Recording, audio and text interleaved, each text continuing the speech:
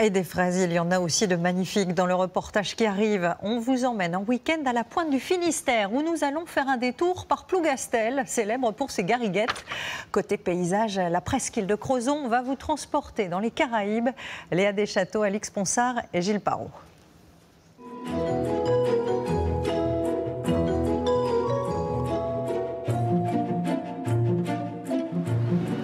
À l'extrême ouest du pays, bordée par des eaux turquoises, elle se niche dans la rade de Brest, la presqu'île de Crozon.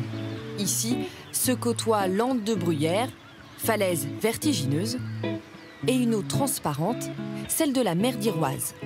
Partons à la découverte de notre insolite.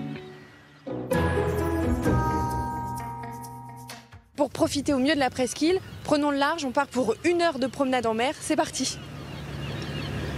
Crozon surprend jusque dans ses entrailles. Et là, on arrive à la grotte du Souffleur. Avec près de 450 grottes le long de ses côtes. Chacune a sa petite histoire. Elle souffle les jours de tempête surtout. Il y a une cavité au fond. Suivant la hauteur d'eau et la houle, la cavité est obstruée à l'entrée. Du coup, ça comprime l'air à l'intérieur et l'air cherche un échappatoire. Il ressort en recrachant en fait des gerbes d'eau, d'où le nom. Notre sortie en mer prend des airs d'expédition lorsque l'on s'engouffre jusqu'au fond de ces curiosités géologiques. Et là, vraiment, ces grottes sont tout à fait remarquables. Plus de 10 mètres de haut pour la grotte de l'hôtel. Enfin, c'est étonnant, hein? Ah oui. On trouve ça vraiment magnifique. On se croirait presque dans les Caraïbes, tellement l'eau est transparente. Vraiment très chouette à faire. Il y a des belles découvertes en Bretagne. La presqu'île de Crozon attire chaque année des milliers de visiteurs. On aurait bien prolongé notre virée en mer, mais il est déjà temps pour nous de débarquer. Bon bah, cette petite balade nous a bien ouvert l'appétit, on y va. Au menu de ce restaurant, des fruits de mer. Qu'est-ce que vous conseillez, vous? Alors, nous, on va vous conseiller les huîtres Carantec numéro 3. Ici, vous ne pourrez pas faire plus frais.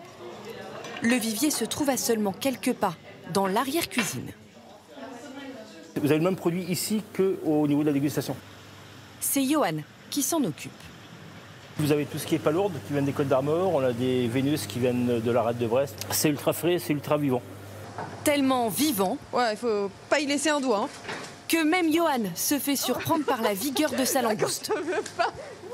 Après s'être fait arroser, il est temps de retrouver le premier de nos bons plans. En plein centre de Crozon, se trouve, au bout de ce long tunnel, notre logement. Bonjour Léa. Enchantée. Bienvenue au magasin Astel. Transformée en chambre d'hôte et galerie d'art, cette maison a eu plusieurs fonctions au fil du temps. Il y a eu le magasin Astel, après il y a eu la boulangerie, ma grand-mère était boulangère, et ensuite il y a eu la forge, mon oncle qui était forgeron. Seule relique de ces différentes vies, le nom des chambres. La nôtre ? Elle s'appelle Bara, donc qui veut dire pain en breton. Là, vous avez la pelle à pain. Comptez 76 € la nuit, petit déjeuner compris. Aéroport de Camaret, la tour dorée, en raison de sa couleur ocre. C'est notre incontournable. Construite par Vauban en 1696, la tour s'érige ici en protectrice. Elle a été construite pour contrôler du coup l'accès au port de Camaret, qui est juste derrière. C'était complètement un rôle défensif en fait. C'était vraiment d'interdire l'accès en cas de guerre. S'il y a des bateaux ennemis, vraiment de pouvoir déjà voir les ennemis et ensuite de les arrêter. 4 étages, 68 marches, c'est le prix à payer pour une vue imprenable sur la presqu'île.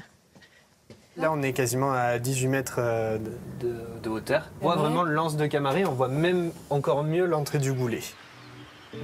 Pour cette nouvelle journée de découverte, direction Plougastel, à quelques kilomètres.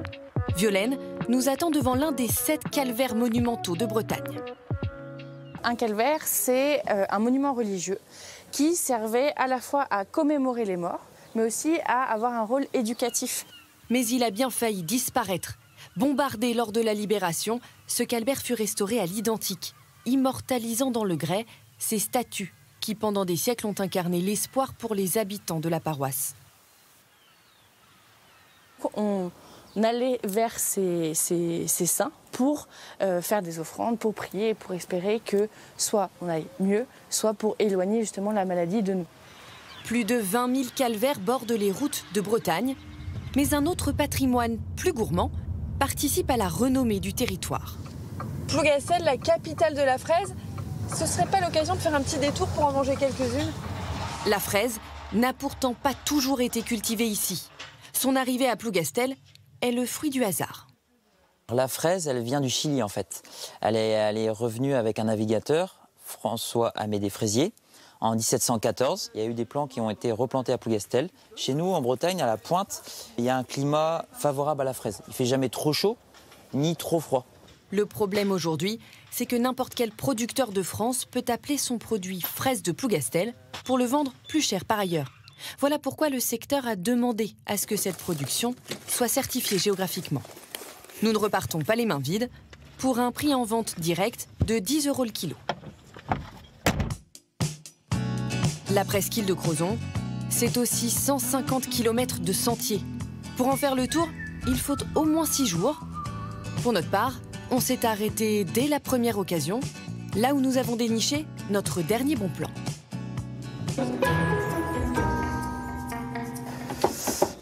Hop, allez, c'est parti, on va faire la crêpe.